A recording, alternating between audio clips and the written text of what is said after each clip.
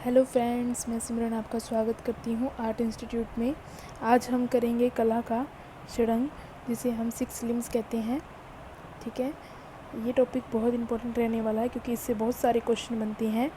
जो सभी BYQ में पूछे गए क्वेश्चन हैं वो मैं आज इस वीडियो में आपको करवाऊँगी। ये सभी क्वेश्चन आपके लिए रहने वाले हैं TGT, PGT, master cadre, DSSB, KVS, NVS, LT grade, RPSC exam में पूछे गए क्वेश्चन हैं। सभी रिपीटेड क्वेश्चन हैं और मोस्ट इम्पोर्टेंट क्वेश्चन रहने वाले हैं। तो आप मेरी वीडियो को लास्ट तक देखिएगा। और वीडियो स्टार्ट करने से पहले आप हमारे चैनल को सब्सक्राइब, वीडियो को लाइक, शेयर, कमेंट ज़रूर कीजिएगा ताकि आने वाली वीडियो की अपडेट आप तक पहुंच जाए। आज का हमारा फर्स्ट क्वेश्चन है आज का, कामसूत्र के रचयिता कौन है? कामसूत्र के रचयिता कौन है? ऑप्शन ए है कपिल मुनि, ऑप्शन बी है सकल सत्कृत्यान, ऑप्शन बी है वात्स्यायन, ऑप्शन डी है यशोधर पंडित। तो हमें बताना है कि इनमें से कामसूत्र किसने लिखा है, ये रचयिता इसके कौन है। तो इसका जो राइट आंसर होगा वो होगा ऑप्शन डी। ऑप्शन डी इसका राइट आंसर हो जाएगा कि कामसूत्र के रचयिता कौन है, यशोधर पंडित। ठीक है, नेक्स्ट क्वेश्चन की तरफ चलते हैं। नेक्स्ट क्वेश्चन है आज का सेकंड क्वेश्चन है, प्रमाण की एक इकाई कहलाती है। प्रमाण की एक इकाई क्या कहलाती है? कल हमने इससे रिलेटेड एक क्वेश्चन किया था, वो था कि सही नाप, बनावट और अनुपात को क्या कहेंगे हम, तो उसको कहेंगे प्रमाण। ठीक है, बट इसमें पूछा है कि प्रमाण की इकाई क्या कहलाती है। तो इसका जो आंसर होगा, ऑप्शन पढ़ लेते हैं पहले। ऑप्शन ए है योग, ऑप्शन बी है ताल, ऑप्शन सी है नाप, ऑप्शन डी है कोई नहीं। तो प्रमाण की एक इकाई क्या कहलाएगी? इसका जो राइट आंसर होगा वो होगा ऑप्शन सी, नाप। ठीक है, ऑप्शन सी इसका राइट आंसर हो जाएगा। नेक्स्ट थर्ड क्वेश्चन की तरफ चलते हैं। थर्ड क्वेश्चन है आज का हमारा, कौन सा शब्द षडंग से संबंधित नहीं है? हमें बताना है कि षडंग से संबंधित कौन सा इनमें से शब्द नहीं है।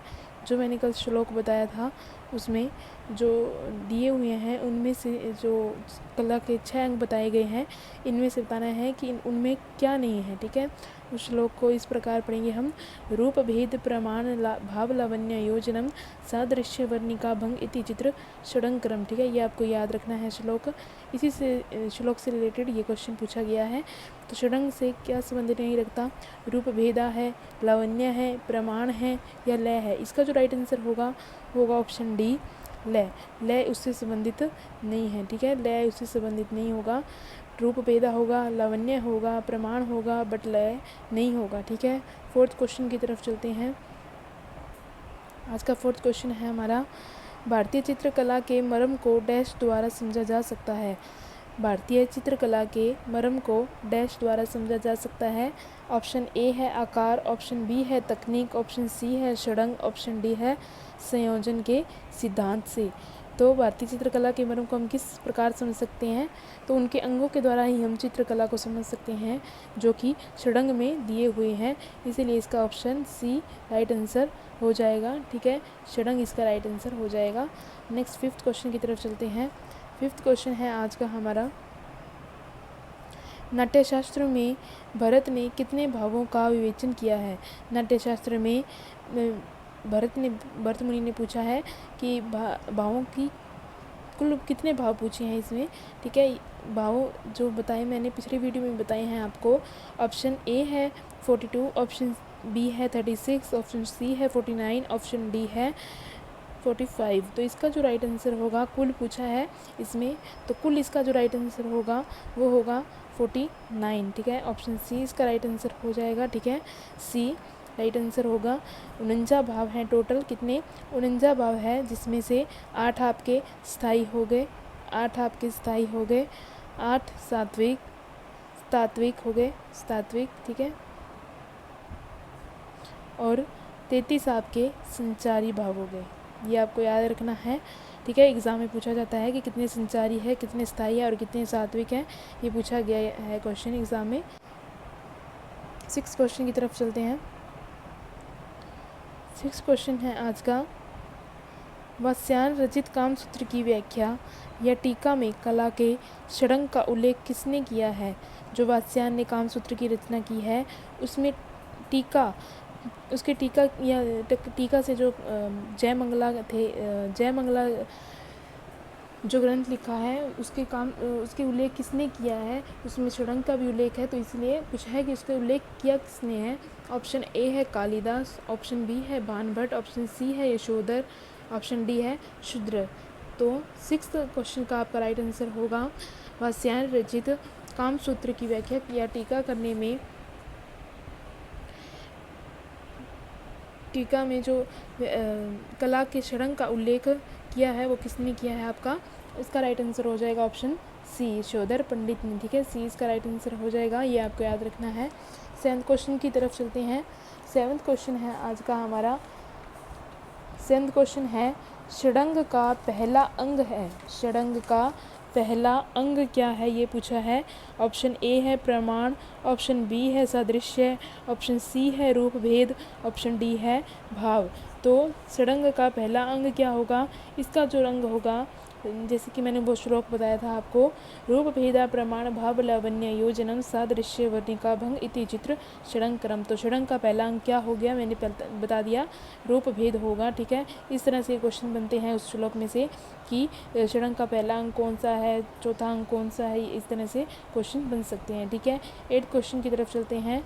आज का 8th क्वेश्चन है हमारा, वर्ण जिसे रंग कहते हैं के लिए भारतीय चित्रकला के षडंग में किस शब्दावली का प्रयोग किया गया है?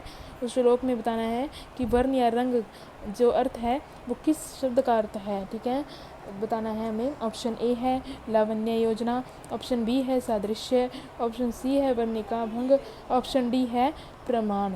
ठीक है, तो भारतीय चित्रकला षडंग में किस शब्दावली का प्रयोग हुआ है ये हमें बताना है। इसका जो राइट आंसर होगा वो होगा आपका वर्णिका भंग, ऑप्शन सी। ठीक है, सी इसका राइट आंसर हो जाएगा, आपको याद रखना है। 9th क्वेश्चन की तरफ चलते हैं। 9th क्वेश्चन है लावण्य योजना का अर्थ है, लावण्य योजना का अर्थ है। ऑप्शन ए है रूप राशि, ऑप्शन बी है बाह्य का व्यंजन, ऑप्शन सी है सुंदरता, ऑप्शन डी है प्रमाण। लावण्य योजना का जो अर्थ है ये बताना है, तो लावण्य योजना का अर्थ हो जाएगा आपका राइट आंसर 9th क्वेश्चन का, वो होगा बाह्य का व्यंजन। ठीक है, बी इसका राइट आंसर हो जाएगा। ठीक है, बाह्य का व्यंजन। नेक्स्ट 10th क्वेश्चन की तरफ चलते हैं। आज का क्वेश्चन है षडंग के अंतर्गत क्या है, षडंग के अंतर्गत क्या पूछा है इन्होंने, भी उस षडंग में क्या आता है। ठीक है, ये हमें बताना है। ऑप्शन ए है तान, ऑप्शन बी है संतुलन, ऑप्शन सी है सादृश्य, ऑप्शन डी है बोध। तो षडंग के अंतर्गत क्या आता है, इसका जो राइट आंसर होगा वो होगा आपका ऑप्शन सी। ठीक है, ऑप्शन सी इसका राइट आंसर होगा, सादृश्य है, अंतर्गत आता है षडंग के। ठीक है, नेक्स्ट 12th क्वेश्चन की तरफ चलते हैं। 12th क्वेश्चन है आज का,